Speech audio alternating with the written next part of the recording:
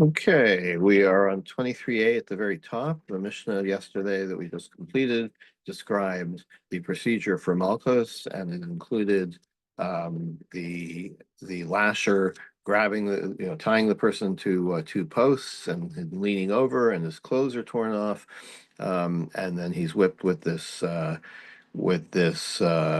leather strap that's described.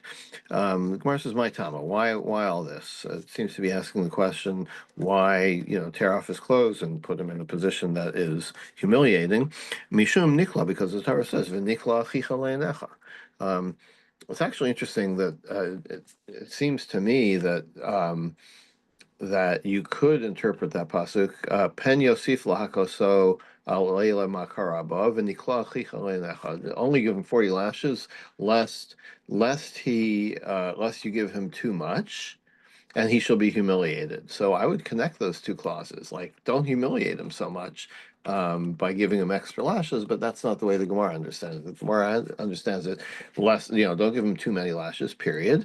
And the whole point of the exercise is v'nikla achicha le'enecha, to humiliate him. How do you know, as the Mishnah says, that it's calfskin leather on the lash? It tells us the chapter, the paragraph about Makkot, and it ends lo sachsom shor bedisha, a separate thing. Don't muzzle an ox while it's threshing. So the ox, the calf is a young ox, same breed. That tells you that the ox has something to do with the makos, so use the leather from the calf. There's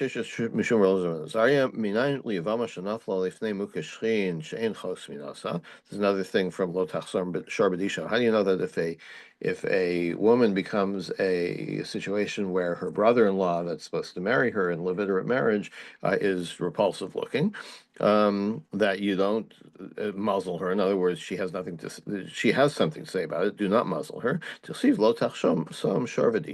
says don't muzzle the ox. And the next thing is the chapter of Yibum ki yeshu achim yachtav. If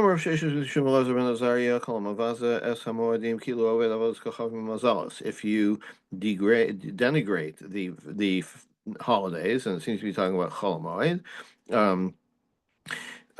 it's like worshiping idols or the stars. And the parsha that we read on the Chol Hamoed, one of the days of Pesach, don't make molten gods. The next pasuk is keep the Chag HaMatzos.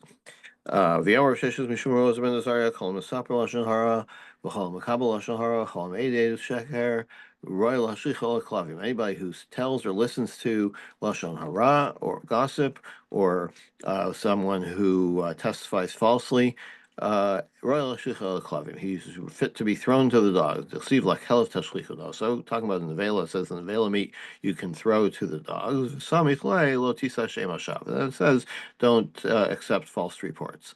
Kiri Beiname lo tasi. So don't. It's not just. You could read it two ways. Lo tisa shem hashav. Don't accept a false report, or lo tasi. Don't cause a false report to be accepted. So both of those things are linked to lakal of tashlichun. So that you're like worthy of being thrown to the dogs. So to us, Mishnah said there are two straps in the construction of the lash. Tana. Kidadari Shal Chamor, they were donkey straps, donkey leather.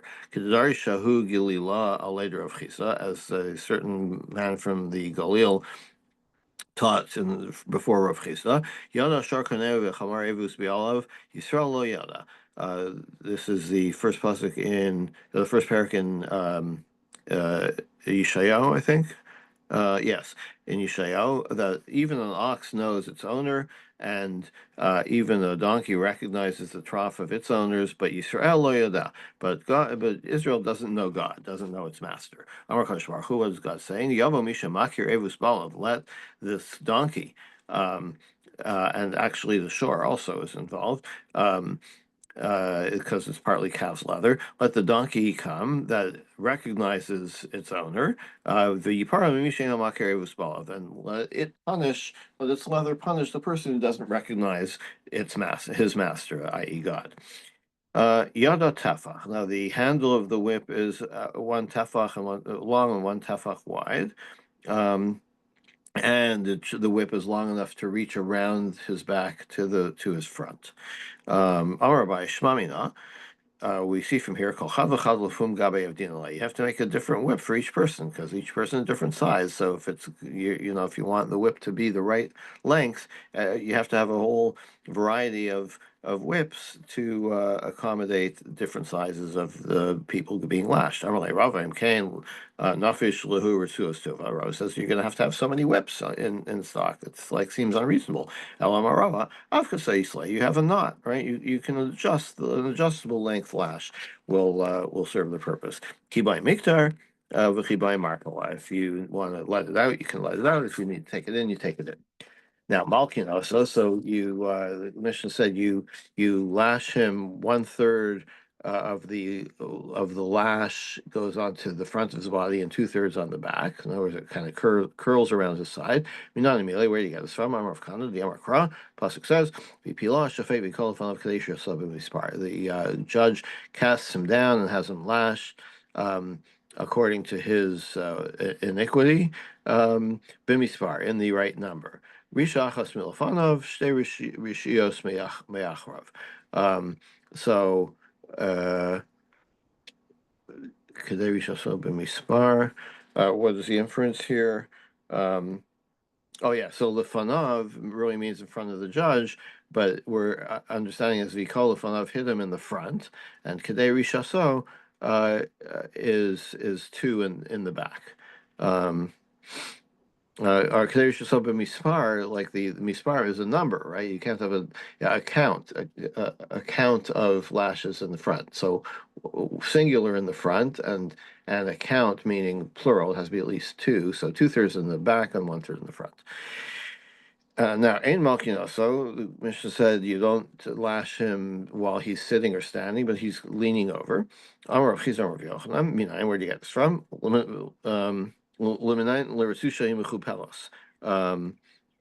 No, it was talking about a different thing. That the a different detail in the Mishnah that it's a doubled over strap. Shanamar v'hi pilo. The judge casts him down, and the inference is it's like v'hich pilo. We understand that it's like a play on words, as it were, to double it over. Well, what do you mean? Like it has to tell you that he low, like it's telling you that he has to lean over. So how can you derive an additional thing from this word when you need it for its plain meaning? Could have used a different word. Should lean him over. My hipilo. Why does he use a specific word? Because it sounds because it sounds like hichpilo. So that's how you get both things from it. The lasher uses one hand. The people who are appointed to this job, where they do the lashes, we want them to be weak and intelligent. So, in other words, minimizing the painful experience for the lashee, because if the guy is not so strong, he won't be able to give such strong lashes. No, even people who are not intelligent and who are very strong. That's fine. Amarava Kavasi Rabbi Yehuda Mistabra makes sense according to Rabbi Yehuda. T'chsiv lo Yosif pen Yosif. Like we're worried, the Torah is worried about lest you give too many makos. So if it's we're talking about people who are not so intelligent, that's why you have to warn them, right? Say, be careful, make sure you count right. If people are smart, the lasher is smart, like you don't have to tell him. You tell him 40, it's 40. He knows what to do. So what do the rabbis say? That they say you need the weak, intelligent person. You only sure you warn. The warnings are only good for people who are paying attention, basically. So the warnings are actually not for the unintelligent; they're for the intelligent. Tana, we have a brisa. Kishu Magbia, when he lifts up the whip, Magbia b'shtei, if you lift up with both hands, Kishu Maka, but when you bring it down to strike the person, Maka b'yad use only one hand. Ki hecha delay semidide, so that like it comes from your core by um, by lifting it with two hands and using only one hand, you actually get a stronger hit than if you use two hands to administer the lash. Vakore kare. So then we have this piece about what there's a reader who reads these verses about tshuva and about listening to God while the lashes are going on. Taner Rabbanan Hagalosh b'dayan kare. The chief judge is the one who reads. Vasheni mona. The second one counts how many are being given. Shlishi omer hakeo. And the third one says go. And when there's a lot of lashes, marich, so then you draw out the reading. But if it's only a few lashes, like if it's the person was assessed that he can only stand a few lashes, then you read quickly. But we said in the Mishnah, but the Mishnah said you repeat it until it's done. So what do you have to drag it out for? If you're going to do, all you have to do is keep repeating the same passage until the Makkos are over. So mitzvah is something. Gemara says like the best way to do it is that one reading should stretch over the whole, over all of the lashing. But if you didn't do it right and you finished before the lashes were finished, then as a b'diavad, you go back to the beginning. Tana Rabbanan.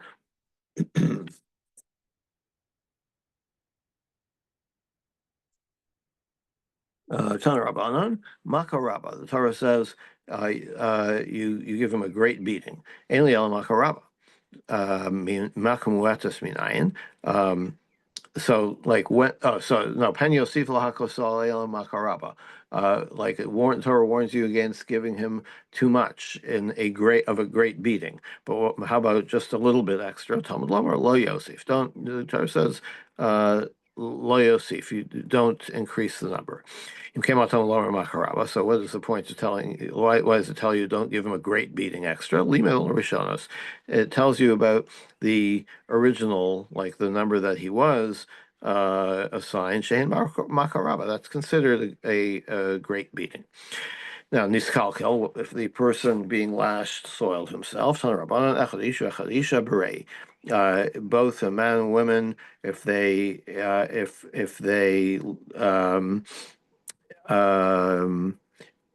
soil themselves with excrement, then they're off the hook from that point on. They've already been humiliated enough. For lobamayim, but not urine. Divrei Meir. Rabbi Yehuda Omer Ha'ish Berei Va'ish of Mayim. Rabbi Yehuda makes a distinction, as our Mishnah did, that a man is exempted only with excrement, but not with urine. But a woman with urine, that's enough to exempt her. And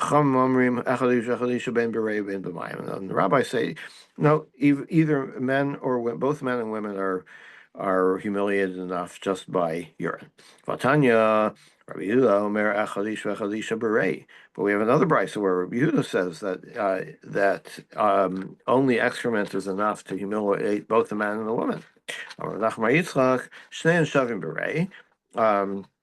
No, that second brisa is only telling us that they're equivalent when it comes to excrement. But also Rabbi Yehuda holds that if it's a woman, then she also is exempted by urine. Amar Shmuel kafasuhu v'rasmi besin. What if they started whipping him and he escaped and runs away? Mesve. So then Potter. So then he, like once you started administering the lashes, and if he runs away, then he's Potter from being captured and giving them um, and having them completed.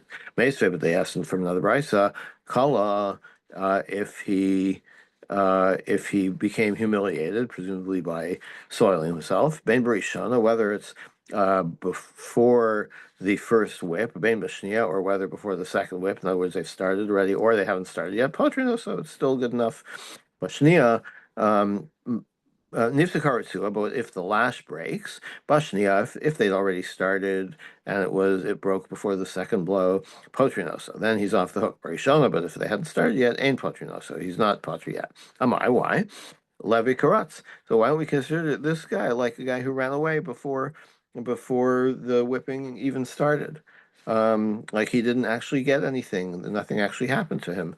Our answer is hasamatz, hachaloratz, because it's the running away itself that is humiliating. So if the lash just tore before he even got started getting lashes, then there's no humiliation at all. If he had to run away, that's humiliation enough, and he has already fulfilled his obligation. Tana Rabbanan, Amaruhu Likishayilke Kala. If they assess that he will be that yeah, we could give him a lash and then he's going to lose control of his bowels. Poshminosa. Then he doesn't get any.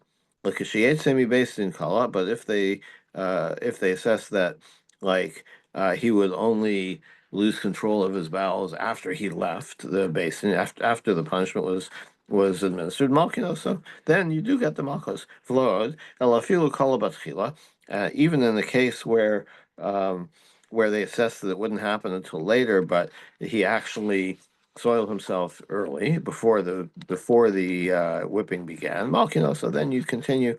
Um, you do continue. Shanamar Viko Vinikla. Um, uh, that he will be hit and then Vinikla. So it's like in this case, it's only um, the hitting is v'lo shalaka kvar b'beis. Yeah, the reason for all these things is if he's already been hit, then he's already been humiliated, and then so you don't add on the full complement. Next, Mishnah Kol Chai V'Kriso Shalaku Niftru Yedei Kirisasam. Um, Anybody who is Chayv Kares, um, and they're chayiv both kares and malchos, and they got the malchos. The kares disappears. Shenemar v'nikla achicha leinecha, again, because once you've been humiliated, kishalaka harehu kachicha. Once he's undergone the humiliation of malchos. Then nikla achicha. Then he's called achicha again. In other words, he is a restored to his status as a God-fearing Jew and doesn't get malchus. Even Rabbi Chananya ben Gamliel. Of the Amar Rabbi Chananya ben Gamliel, he also said, "Ma'im ha'over avera achas notanafsho." A person who does only one sin, and he can get death penalty for it. Ha'osa mitzvah achas alas kama shetinaso nasha. If you do only one mitzvah, that's enough to be given your soul, for you to be rewarded. Rabbi Shimon Omer Mimkomo Hulamed. You can learn this from the very same place that where the Torah says you get kares. Shenamar v'nichur nefashos ha'osos. The people who are doing these sins, are get kares. V'yomer, in the same pasuk it says asher yaseh ha'adam v'chayvayim. These are the mitzvahs that you should do and live through them. What does this mean? Kol hayoshe v'lo avar avera, a person who just passively doesn't do a sin. No sachar b'kosa mitzvah. You get the reward as if you're actually doing actively a mitzvah. Rabbi Shimon Rabbi Omer. The Torah says, be strong, don't eat blood, because the blood is the soul, the life of the animal. Now blood, which is repulsive to people. You get reward for not drinking blood, even though you wouldn't want to do it anyway. But things that people want to do, like theft or immorality, sexual immorality, that people by nature desire to do them. So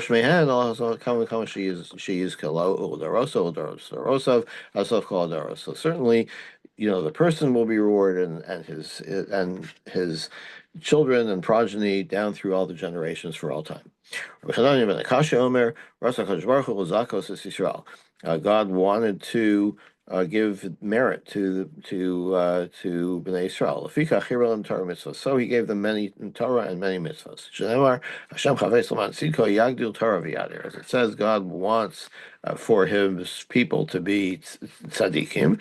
So He has enlarged, He'd made great the Torah.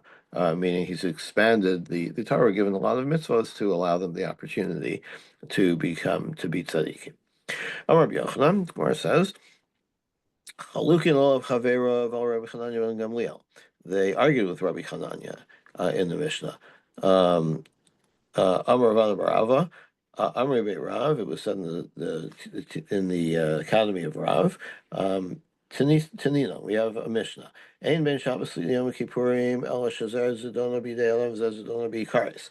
What's the difference between Shabbos and Yom Kippur? Same prohibitions, but on Shabbos you get executed by the court, and Yom Kippur, if you violate Yom Kippur, you get kares, which is administered by God. If it's true that getting Malchus gets you off of kares, both of them are punishable by people, right? The Machal Shabbos by the death penalty, and the Yom Kippur, Machal Yom Kippur by lashes. So why are you saying Ein Ben Shabbos Yom Kippurim? So Rav Nachman says, Hamani, this is whose opinion is the Mishnah? Rabbi Yitzchak, this is different. Indeed, there's a difference of opinion. The Mishnah goes according to Rabbi Yitzchak. He says against the Mishnah. There is no Malchus, so Yom Kippur violations only b'dei Shamayim. Titania, Rabbi Yitzchak Omer, Chayve Krisos b'chlal hayu. The sins which get you kares were in the general statement, which we had in the Mishnah.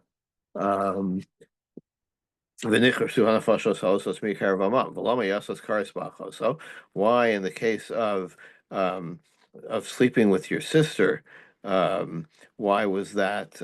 Why is it specifically mentioned there that you get kares? That in that case you get kares and not malchus, and so all of the but in other cases you could get both.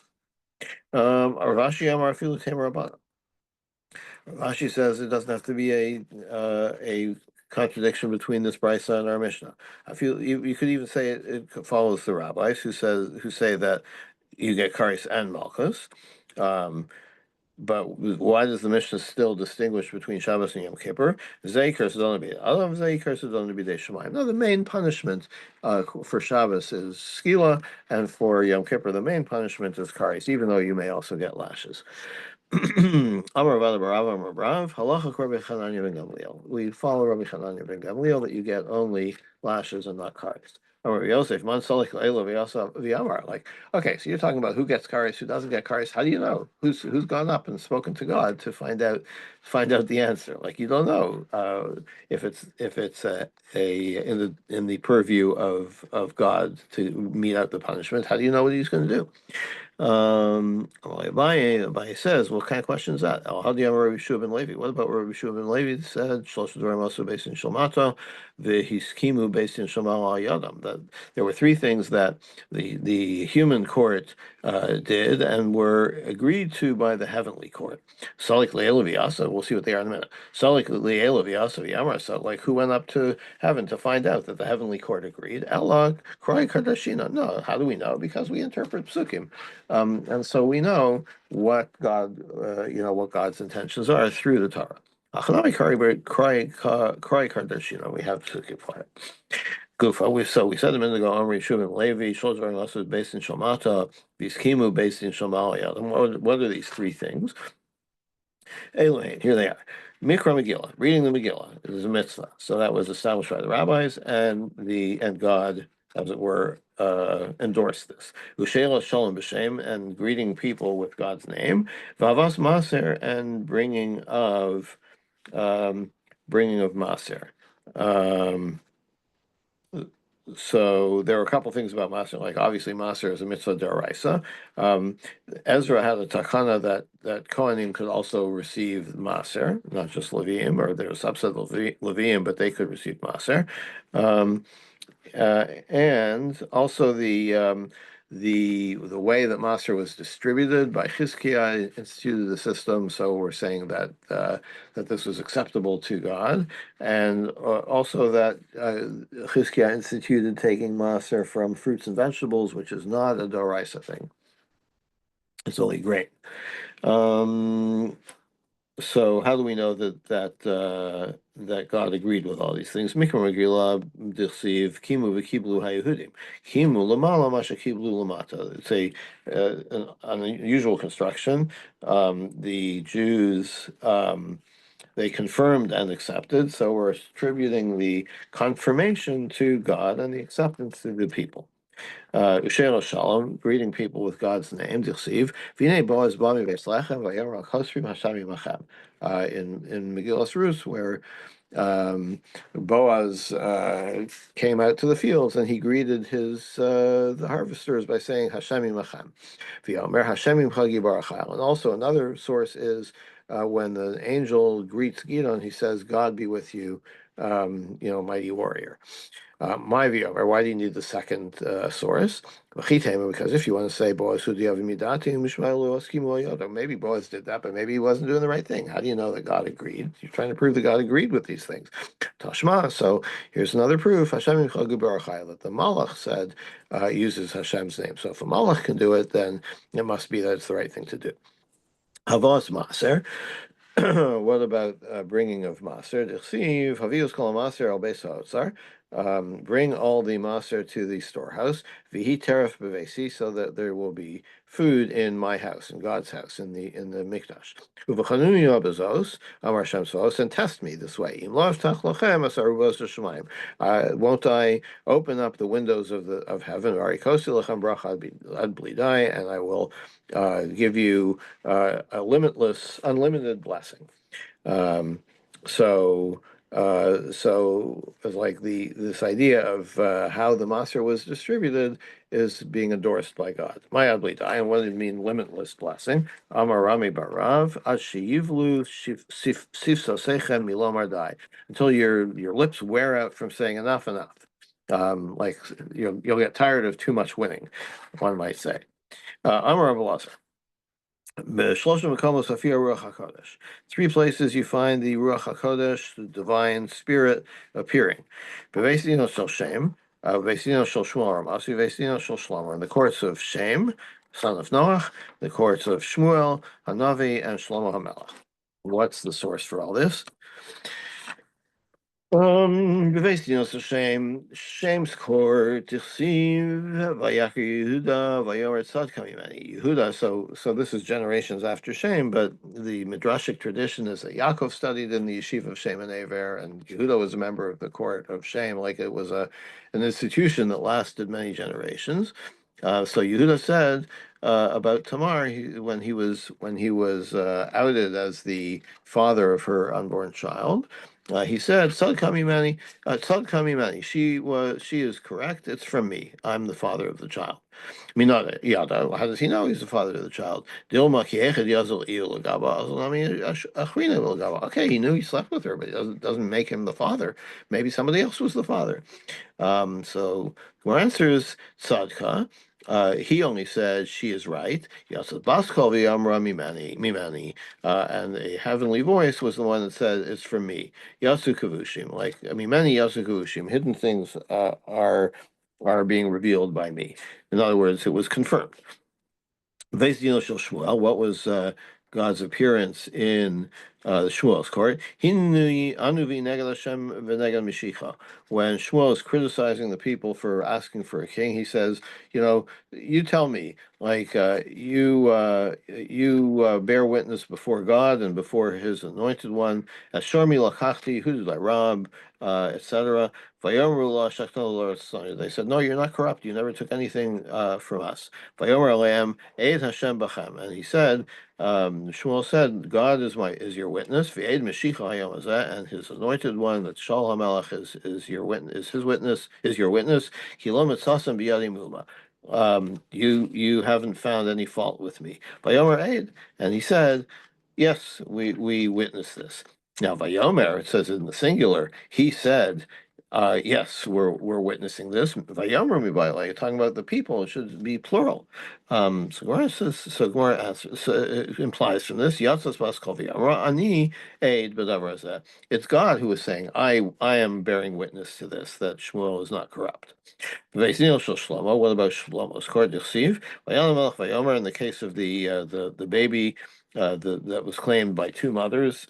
And so the king said, "Snula sayalud hachayv ameslo timisu." Well, after he suggested cutting the baby in half, and one of the women said, "No, don't do it. Rather give it to the other um, woman."